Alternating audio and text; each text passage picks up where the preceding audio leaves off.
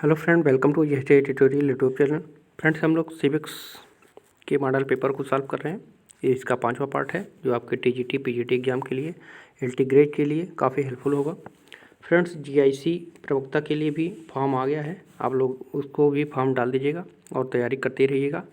और इसमें कुल महत्वपूर्ण 17 प्रश्नों को रखा गया है जो आपके एग्ज़ाम के लिए काफ़ी हेल्पफुल होगा। पॉलिटिकल साइंस से जो लोग भी पेपर डालेंगे परीक्षा के लिए, उनके लिए काफ़ी हेल्प करने वाला है ये वीडियो। तो वीडियो को अंत तक जरूर देखिएगा और इन सभी प्रश्नों को अच्छी तरीके से तैयार कर लीजिएगा। अगर वीडियो अच्छा लगे तो चैनल को सब्सक्राइब लाइक जरूर कीजिएगा। तो चलिए प्रश्नों को शुरू करते हैं। पहला प्रश्न है, कौटिल्य के अनुसार कितने गांवों के केंद्र में स्थापित न्यायालय को संग्रहण न्यायालय कहते हैं? तो कौटिल्य के अनुसार 10 गांवों के केंद्र में जो स्थापित न्यायालय होता था उसको जो है संग्रहण न्यायालय कहता था।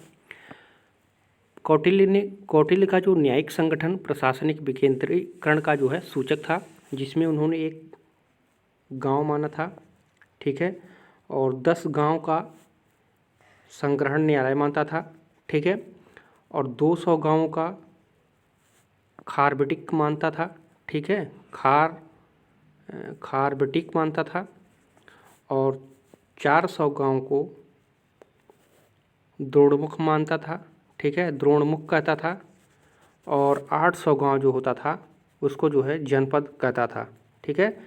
तो इसको याद रखिएगा, एक गांव मानता था, 10 गांव को जो है संग्रहण न्यायालय कहता था, 200 गांव को द्रोणमुख कहता था, और 200 गांव को खारबेटिक कहता था, और 400 गांव को जो है द्रोणमुख कहता था, और 800 गांव जो जब होता था तो उसको जो है जनपद मानता था, ठीक है। तो ये सब याद रखिएगा, और इसमें जो है 10 गांव को संग्रहण न्यायालय के रूप में देखता था। दूसरा प्रश्न है, अरस्तु का महत्वपूर्ण ग्रंथ पॉलिटिक्स किसकी रचना है? अरस्तु की कितने भागों में विभाजित है? तो ये 8 भागों में विभाजित है, सी ऑप्शन सही होगा। तीसरा नंबर है, जॉन लॉक मनुष्य के मूल स्वभाव को मानता था, तो कैसा मानता था? तो जॉन लॉक जो था मनुष्य के मूल स्वभाव को सौजन्यपूर्ण, ज्ञानप्रिय और सामाजिक मानता था, ठीक है, तो सी ऑप्शन सही होगा। चौथा प्रश्न है, डेविड स्टर्न प्रथम राजनीति शास्त्री है जिन्होंने राजनीति को अस्पष्टतः व्यवस्था के रूप में विश्लेषित किया है। यह विचार किसने दिया था? तो ये विचार दिया था आमंड पावेल ने, ठीक है, इंपॉर्टेंट कोटेशन है, याद रखिएगा। 5वां नंबर प्रश्न है, निम्नलिखित में से किसमें एकात्मक शासन नहीं है? ये आपके लिए होमवर्क है, आपको बताना है कमेंट करके। एकात्मक शासन वैसे हम बता दें थोड़ा सा, ब्रिटेन, चीन, श्रीलंका, ये सब जो है एकात्मक शासन का माना जाता है। तो इसमें नहीं पूछा है, जिसको आप लोग बताइएगा कमेंट करके, ठीक है, आप सबके लिए एक होमवर्क है। 6वां नंबर प्रश्न है, निम्नलिखित में से कौन सा कथन एकात्मक शासन के दोष से संबंधित नहीं है? यहाँ पूछ रहा है। तो जो एकात्मक शासन होता है उसका दोष ये नहीं है, ये स्थानीय उपक्रम को उठाती है, ठीक है, तो ये दोष नहीं है उसका, बल्कि ये क्या है, उसका गुण माना जाता है, ठीक है। और एकात्मक शासन के दोष ये है, इसमें केंद्रीय सरकार के निरंकुश बनने का भय बना रहता है, ठीक है, इसमें स्थानीय सरकार को की अवहेलना की जाती है, ये नौकरशाही को जन्म देती है, ठीक है। तो ये सब जो है इसके दोष हो जाएंगे, ठीक है, और ये जो है डी नंबर आपका ये गुण है। 7वां नंबर प्रश्न है, संविधान की सर्वोच्चता जिसे संघीय शासन का एक आवश्यक लक्षण माना जाता है, इसका क्या अर्थ है? तो इसका अर्थ होता है संविधान सभी संस्थाओं नागरिकों के ऊपर है, ठीक है, तो ए ऑप्शन आपका इसमें सही होगा। 8वां नंबर प्रश्न है, संघीय शासन में किस प्रकार का संविधान होना चाहिए? तो संघीय शासन में कठोर संविधान होना जरूरी रहता है, ठीक है, तो बी ऑप्शन आपका इसमें सही होगा। 9वां क्वेश्चन है, फ्रांस में समाजवादी पार्टी की स्थापना कब हुई थी? तो फ्रांस में समाजवादी पार्टी की स्थापना जो है 1905 ईस्वी में हुआ था, ठीक है, 1905 में, बी ऑप्शन इसमें आपका सही होगा। 10वां नंबर क्वेश्चन है, निम्नलिखित में से किसने शक्ति को प्रभाव प्रक्रिया के रूप में परिभाषित किया है? शक्ति को प्रभाव प्रक्रिया के रूप में परिभाषित किसने किया था? तो हर्बर्ट साइमन ने भी इसकी परिभाषा दिया था और लासवेल भी दिया था, ठीक है, और केपलन भी दिए थे, ठीक है। तो ये सभी लोग जो है शक्ति को प्रभाव प्रक्रिया के रूप में परिभाषित किए थे, ठीक है। तो डी ऑप्शन इसमें आपका सही होगा।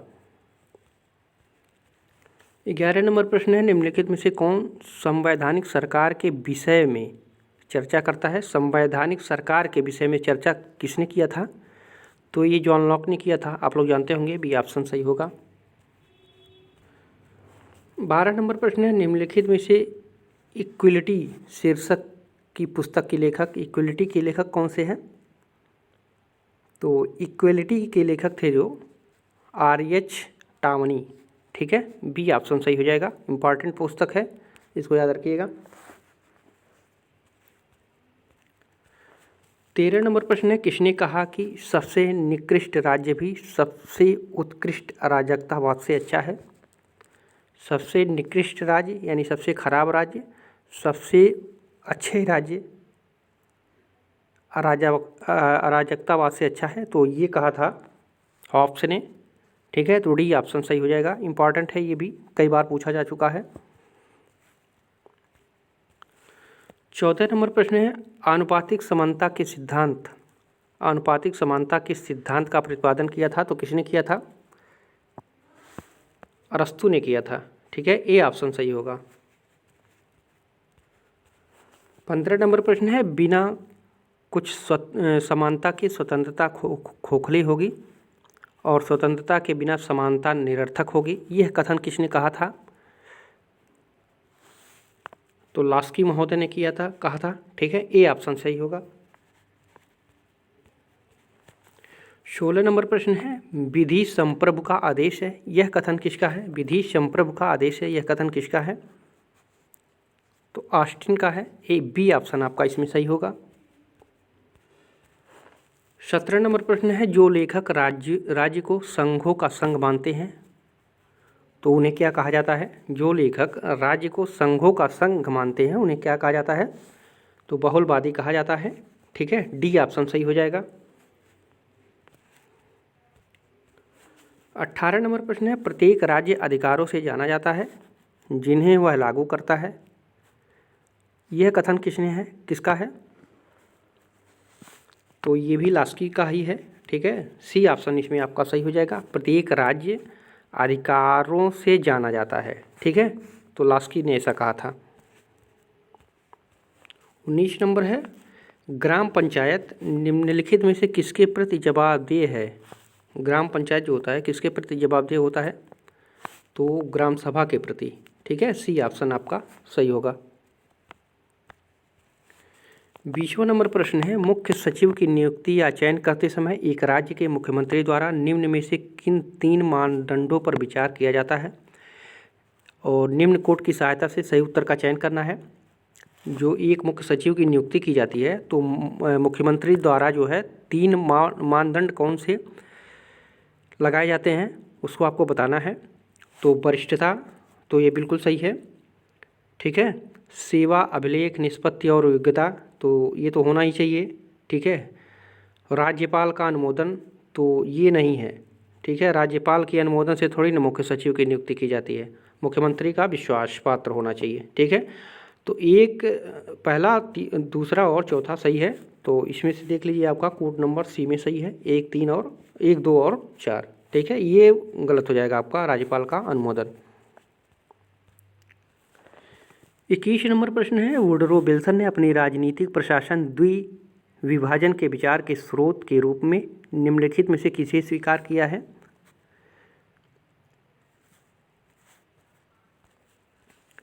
तो सही उत्तर हो जाएगा आपका ऑप्शन नंबर बी, ब्लंटसली को, ठीक है। 22 नंबर प्रश्न है, निम्नलिखित में से कौन सा सामाजिक न्याय और अधिकारिता मंत्रालय के प्रशासनिक नियंत्रण में नहीं है? तो राष्ट्रीय महिला आयोग जो होता है वो सामाजिक न्याय और अधिकारिता मंत्रालय के नियंत्रण में नहीं रहता है, ठीक है, उससे ये अलग आता है राष्ट्रीय महिला आयोग। और ये अल्पसंख्यक आयोग, राष्ट्रीय सामाजिक रक्षा संस्थान और राष्ट्रीय जन सहयोग और बाल विकास संस्थान, ये जो इनके अधिकार क्षेत्र में आते हैं, ठीक है, तो याद रखिएगा इन दोनों को भी। 23 नंबर प्रश्न है, भारत में लोकनीति की वास्तविक प्रक्रिया को व्यवस्थित करना है। तो वास्तविक लोकनीति की प्रक्रिया जो थी, पहले आता है नीति निर्माण पहले नंबर पे, ठीक है। उसके बाद शिक्षा नीति दूसरे नंबर पे आ जाता है, या नीति शिक्षा। उसके बाद तीसरे नंबर पे आता है नीति क्रियान्वयन, और चौथे नंबर पे आता है नीति क्रियान्विति का अनुश्रवण, चौथे नंबर पे, ठीक है। तो 2, 1, 3, 4 हो जाएगा। तो यहाँ पे देख लीजिए 2, 1, 3, 4 कोड नंबर बी में है, ठीक है। तो बी ऑप्शन इसमें आपका सही होगा। 24 नंबर प्रश्न है, निम्नलिखित में से किस समिति का मत है कि सही समय पर सही पदोन्नति सेवाओं में पुरुषों तथा स्त्रियों की प्रतिभा का पूर्ण विकास करने की प्रक्रिया का आवश्यक भाग है। तो ये किस समिति द्वारा किया गया था? तो ये फुलटन समिति, ठीक है। फुलटन समिति में ये निर्धारित किया गया था। लोक प्रशासन जब आप पढ़े होंगे तो उसमें आया होगा। तो उसमें जो है ये व्यवस्था किया गया था पदोन्नति को लेकर के और सेवाओं को लेकर के, ठीक है। इसमें से हम लोग थोड़ा देख लेते हैं फुलटन समिति के बारे में। यहाँ पर देख लीजिए थोड़ा सा। फुलटन समिति 1966 में ब्रिटिश सरकार ने लोक सेवा के संबंध में फुलटन कमेटी को नियुक्त किया। इसका कार्य गृह लोक सेवा के ढांचे, भर्ती, प्रशिक्षण, प्रबंधन की जांच करना और इसमें सुधार की सिफारिश करना था। कमेटी ने अपनी रिपोर्ट 1968 में प्रस्तुत की और यह परीक्षण किया कि मौजूदा गृह लोक सेवा अब भी मूलतः नॉर्थ कोट ट्रेवेलियन रिपोर्ट के 19वीं शताब्दी के दर्शन की देन है। इसके सामने 20वीं सदी के उत्तरार्ध वाले कार्य हैं और हम यही समझ पाए हैं और हम इसी का इलाज तलाशने की कोशिश कर रहे हैं। इसने कुल मिलाकर के जो है 158 सिफारिशें की थी, ठीक है। तो इतना आप लोग देख लीजिएगा, 158 सिफारिश ये भी पूछा गया है। और ये कब आया था फुलटन समिति? तो इन्होंने अपनी रिपोर्ट जो है 1968 में प्रस्तुत किया था। तो इन दोनों पॉइंट को याद रखिएगा इसमें। 25 नंबर प्रश्न है, राष्ट्रीय उच्चतर शिक्षा अभियान के उद्देश्य हैं। तो इसमें से कोड को सही करना है। तो पहला है इसमें विश्वविद्यालय और महाविद्यालयों को बेहतर स्वायत्तता प्रदान करना, तो ये बिल्कुल सत्य है। दूसरा है राज्य विश्वविद्यालयों में उच्चतर शिक्षा का कार्य निष्पादन आधारित निधियन, ये भी सही है। तीसरा है शिक्षण, शिक्षा गुणवत्ता और अनुसंधान में सुधार, तो ये भी सही है। और चौथा है मौजूदा शासन और विनियामक प्रणालियों में सुधार लाना, तो ये भी सही है, ठीक है। यानी चारों कूट आपके सही हो जाएंगे। तो यहाँ पे बी नंबर आपका सही होगा। पहला, दूसरा, तीसरा, चौथा इसमें सही है। 26 नंबर प्रश्न है, निम्नलिखित में से कौन सा भारतीय संविधान की 11वीं अनुसूची का जो है भाग नहीं है? तो 11वीं अनुसूची का जो भाग नहीं है वो घरेलू, औद्योगिक और वाणिज्यिक कार्यार्थ पानी का वितरण ये नहीं है। पीने का पानी, पशुपालन, डेयरी व कुक्कुट पालन, लघु वन उत्पाद, ये सब हैं, ठीक है। ये नहीं है बी, ठीक है। और 11वां अनुसूची कब जोड़ा गया था? तो 73वें संविधान संशोधन 1992 में, ठीक है। और इसमें कुल टोटल 29 विषय हैं, ठीक है। कुल 29 विषय हैं, ठीक है। और इसमें ये नहीं है। अगर आप लोग देखना चाहते हैं 11वीं अनुसूची में शामिल विषय, तो 29 विषय को आप लोग देख सकते हैं एक बार सरसरी निगाह से। कृषि है, भूमि विकास, भूमि सुधार, कार्यान्वयन, चकबंदी, भूमि संरक्षण, ठीक है, लघु सिंचाई, जल प्रबंधन, जल विभाजक, क्षेत्र विकास, पशुपालन, डेयरी उद्योग, कुक्कुट पालन, ये सब, ठीक है। देख लीजिएगा, अगर लेना होगा तो स्क्रीनशॉट लेकर रख लीजिएगा आप लोग। और मत्स्य उद्योग, सामाजिक वानिकी और फार्म वानिकी, लघु वन उपज, लघु उद्योग जिसके अंतर्गत खाद्य प्रसंस्करण उद्योग भी शामिल है, ठीक है। खादी, ग्राम उद्योग, कुटीर उद्योग, ग्रामीण आवासन, पेयजल, ठीक है, ईंधन, चारा, सड़कें, पुलिया, पुल, ये सब, ठीक है। ग्रामीण विद्युतीकरण जिसके अंतर्गत विद्युत का वितरण शामिल है। अपारंपरिक ऊर्जा स्रोत, गरीबी उन्मूलन कार्यक्रम। और इसमें देख लीजिए शिक्षा जिसके अंतर्गत प्राथमिक और माध्यमिक विद्यालय भी हैं, ठीक है, ये इंपॉर्टेंट है। तकनीकी प्रशिक्षण और व्यावसायिक शिक्षा भी इसमें है। प्रौढ़ और औपचारिक शिक्षा, पुस्तकालय, सांस्कृतिक क्रियाकलाप, जितने भी मतलब पढ़ाई से रिलेटेड हैं सब किस में है? 11वीं अनुसूची में है, इसको याद रखिएगा। और यहाँ पर देख लीजिए बाजार मेले, स्वास्थ्य भी इसमें शामिल है, परिवार कल्याण, महिला और बाल विकास भी ग्रामीण सूची में है, इसको भी याद रखिएगा, ये सब महत्वपूर्ण है, बहुत बार पूछे गए हैं। और यहाँ पे देख लीजिए समाज कल्याण, दुर्बल वर्गों का विशिष्टता, अनुसूचित जाति अनुसूचित जनजाति का कल्याण भी इसमें है, सार्वजनिक वितरण प्रणाली, सामुदायिक अस्थियों का संरक्षण। ठीक है, तो ये सारे 29 विषय थे, इनको आप लोग जो है 1-2 बार जरूर देख लीजिएगा, इसमें से बहुत सारे प्रश्न बनाए जाते हैं। 27 नंबर प्रश्न है, निम्नलिखित में से कौन सा सही सुमेलित नहीं है, यहाँ पूछ रहा है। तो अशोक मेहता समिति पंचायती राज से संबंधित था, ये तो सही है। यमएल सिंघवी समिति लोकतंत्र और विकास के लिए पंचायती राज संस्थानों का नवप्रणयन, ये भी सही है। GVK राव समिति स्थानीय वित्त जांच, ये गलत है। ठीक है, जो GVK राव समिति थी जो है, ये योजना आयोग ने 1985 में ग्रामीण विकास और निर्धनता उन्मूलन कार्यक्रमों के लिए जो है प्रशासनिक प्रबंधन विषय पर जो है GVK राव समिति का गठन किया था। ठीक है, तो ये स्थानीय वित्त जांच से नहीं है, बल्कि ये ग्रामीण विकास और निर्धनता उन्मूलन से संबंधित था। तो सही उत्तर हो जाएगा इसमें आपका ऑप्शन नंबर सी। 28 नंबर प्रश्न है, अभिकथन ए में दिया है, भारत में राष्ट्रीय आजीविका मिशन समाज कल्याण का एक भाग है, तो बिल्कुल सत्य है। और उसमें तर्क दिया है, राष्ट्रीय ग्रामीण स्वास्थ्य मिशन का उद्देश्य ग्रामीण क्षेत्रों में भौतिक अधोसंरचना का विकास है, तो ये गलत है। ठीक है, भौतिक अधोसंरचना का विकास राष्ट्रीय ग्रामीण स्वास्थ्य मिशन का नहीं है। ठीक है, तो कथन ए सही है, ये असत्य है। ठीक है, तो ऑप्शन नंबर सी सही हो जाएगा, ये सत्य है और आर जो है असत्य है।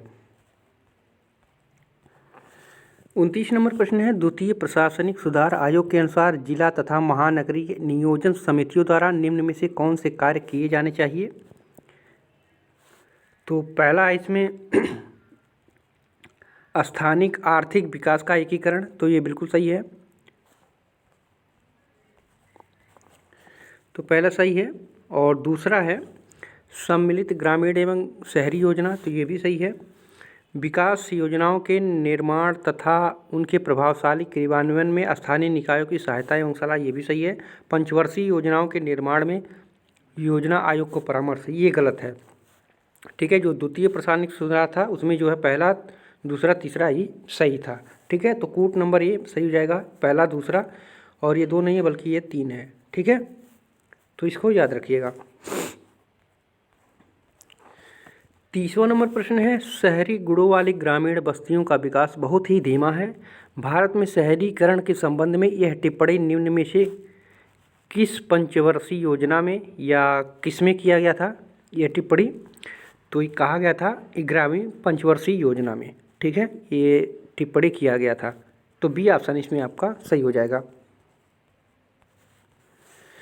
साइबरनेटिक्स 31वां नंबर है, साइबरनेटिक्स का तात्पर्य है, तो साइबर आप लोग जानते होंगे साइबर नेटवर्किंग से संबंधित होता है। ठीक है, तो ये संप्रेषण का विज्ञान है, साइबरनेटिक्स संप्रेषण का विज्ञान, ए ऑप्शन इसमें आपका सही हो जाएगा। 32 नंबर प्रश्न है, ई शासन का लक्ष्य सरकार तथा नागरिकों के बीच पारस्परिक अंतःक्रिया को बनाना है। तो कौन कौन सा कूट इसमें सही हो जाएगा। तो ई शासन का जो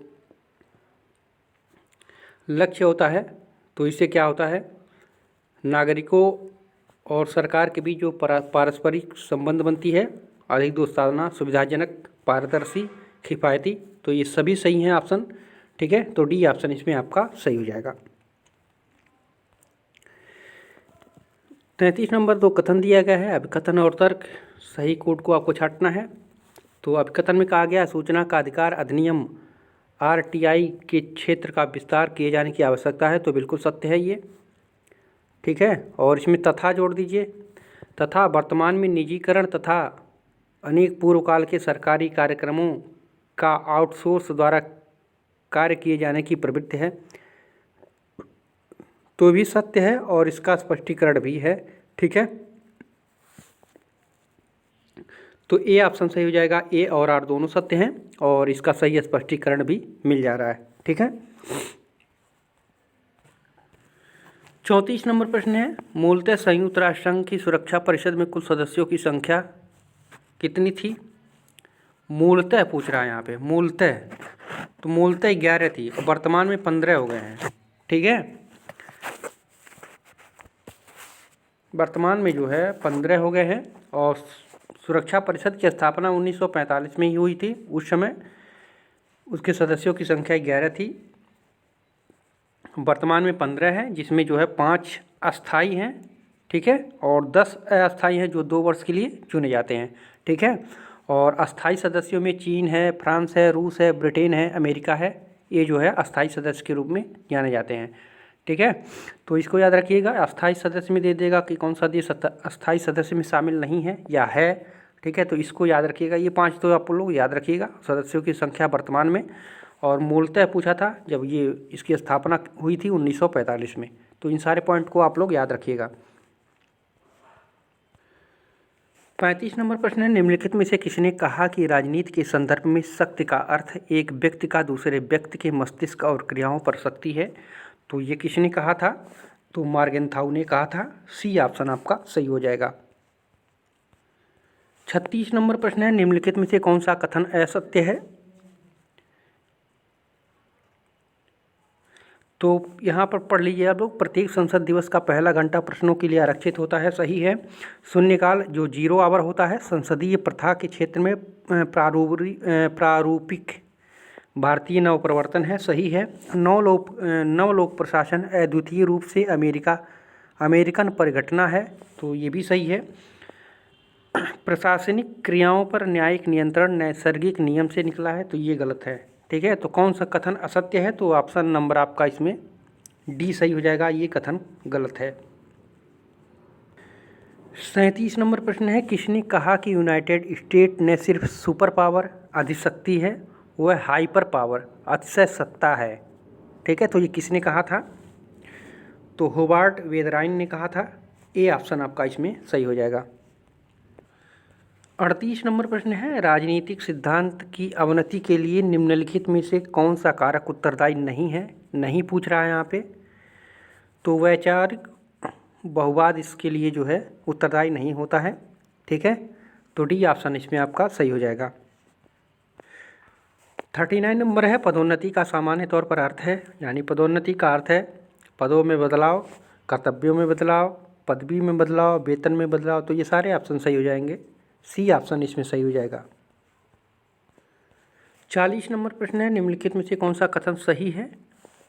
तो पहला है, संविधान के निदेशक सिद्धांत के रूप में पंचायती राज का उल्लेख किया गया है, सही है।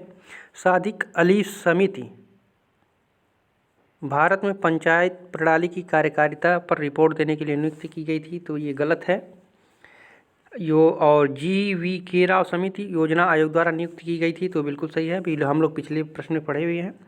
और स्थानीय सरकार का राज्य सूची में उल्लेख है, तो ये भी सही है। ठीक है, दूसरा ऑप्शन इसमें गलत है, तो ए ऑप्शन सही हो जाएगा आपका। 1, 3, 4 सही है, 1, 3, 4।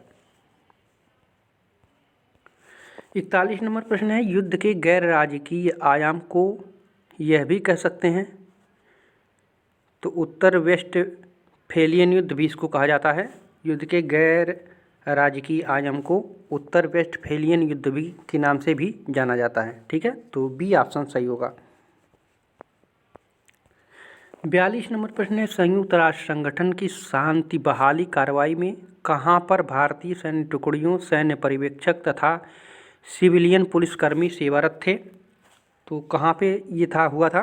तो ये पश्चिमी सहारा में भी जब हुआ था, और बोस्निया में भी, और हार्जिगोविना में भी। ठीक है, तो डी ऑप्शन इसमें सही हो जाएगा, उपयुक्त सभी जगहों पर।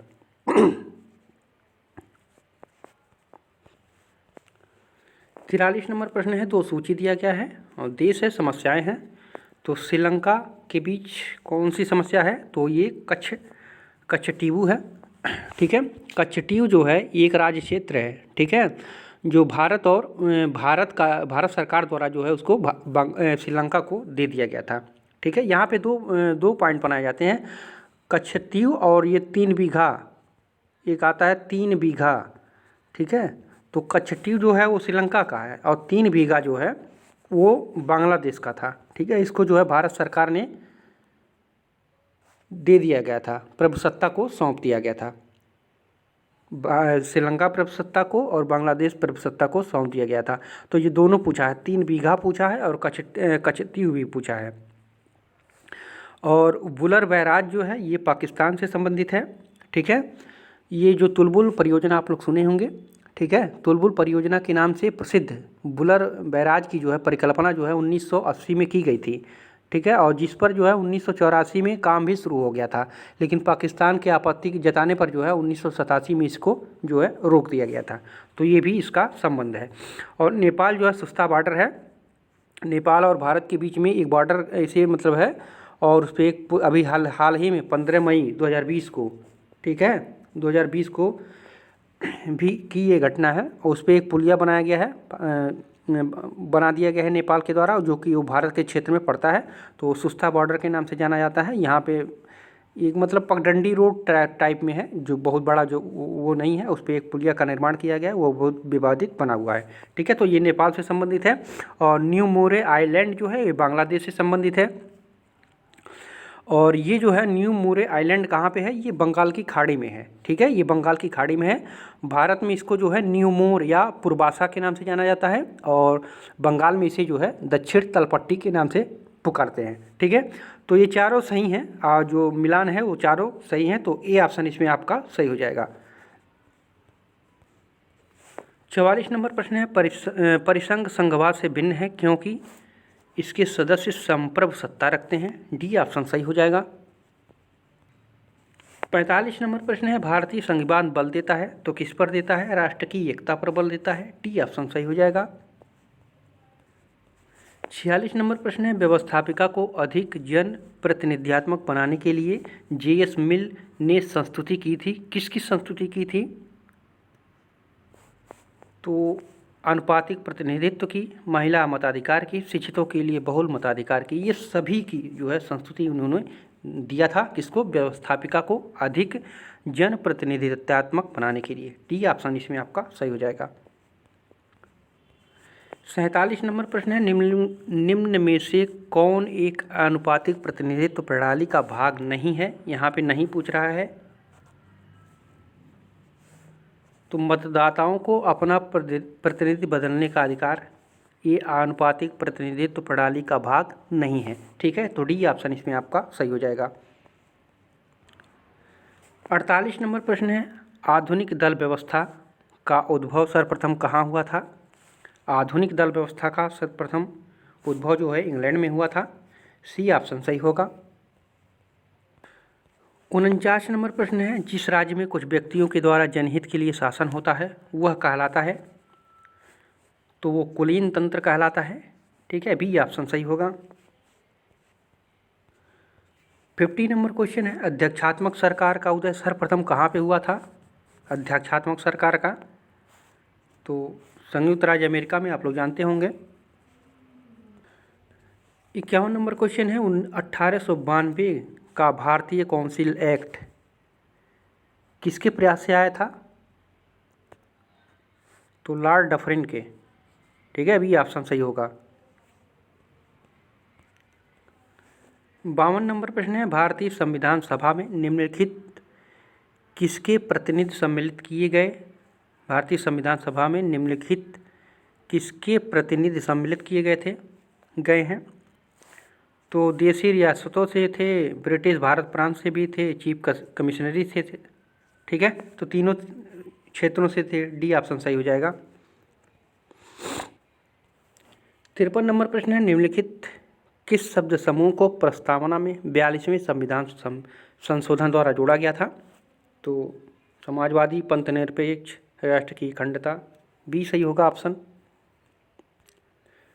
54 नंबर है, कि संवैधानिक संशोधन द्वारा 38वें संवैधानिक संशोधन को रद्द कर दिया गया, जिसमें व्यवस्था की गई थी कि राष्ट्रपति द्वारा 352वें अनुच्छेद के अंतर्गत की गई संकटकालीन घोषणा को न्यायालय में चुनौती नहीं दी जा सकेगी।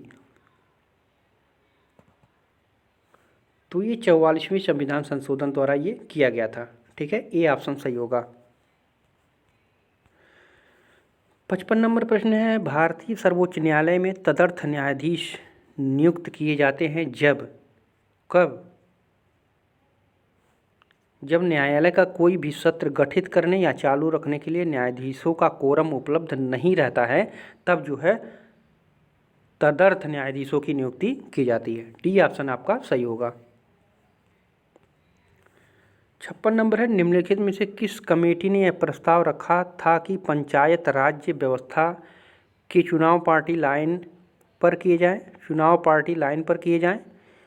तो ये अशोक मेहता कमेटी ने कही थी ये बात। बी ऑप्शन सही होगा। 57 नंबर प्रश्न है, संसद में स्थगन प्रस्ताव का लक्ष्य होता है। तो क्या लक्ष्य होता है संसद में स्थगन प्रस्ताव का लक्ष्य? तो सरकार की किसी विशिष्ट नीति की आलोचना करना, स्थगन प्रस्ताव का यही लक्ष्य होता है। ठीक है, तो बी ऑप्शन ये आपका सही होगा।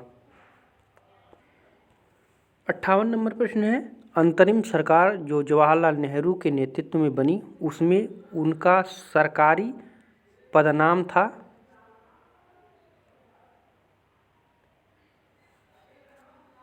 तो उपराष्ट्रपति, वाइस प्रेसिडेंट, सरकारी पदनाम उनका था। ठीक है, तो डी ऑप्शन इसमें आपका सही होगा। 59 नंबर क्वेश्चन है, कांग्रेस कार्य समिति द्वारा प्रसिद्ध भारत छोड़ो प्रस्ताव कब पारित किया गया था? तो भारत छोड़ो प्रस्ताव जो है अगस्त 1942 में। ठीक है, बी ऑप्शन सही होगा।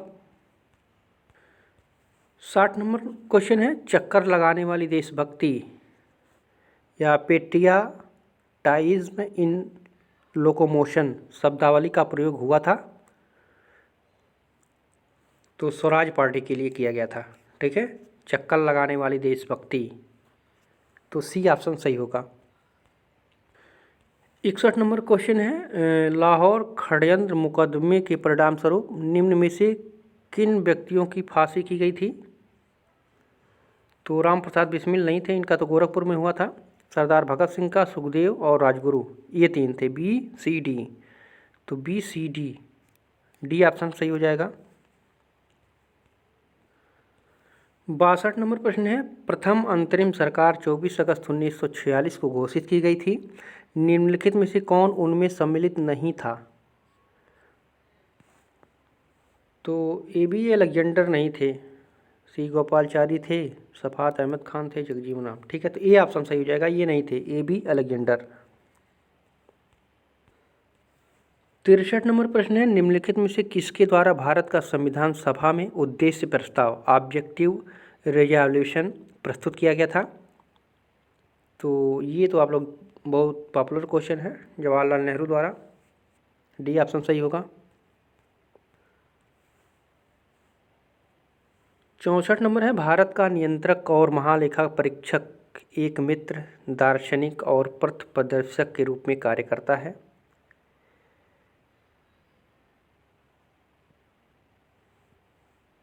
तो किसके लिए कार्य करता है?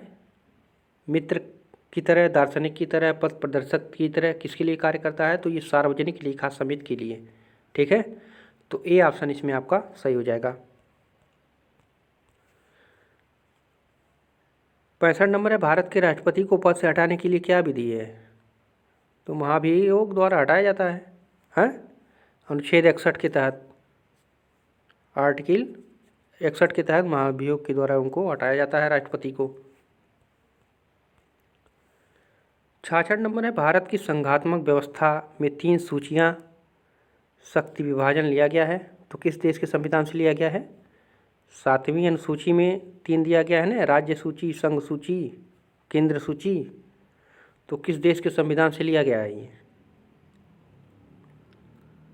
तो किसी देश के संविधान से नहीं, बल्कि भारत सरकार अधिनियम 1935।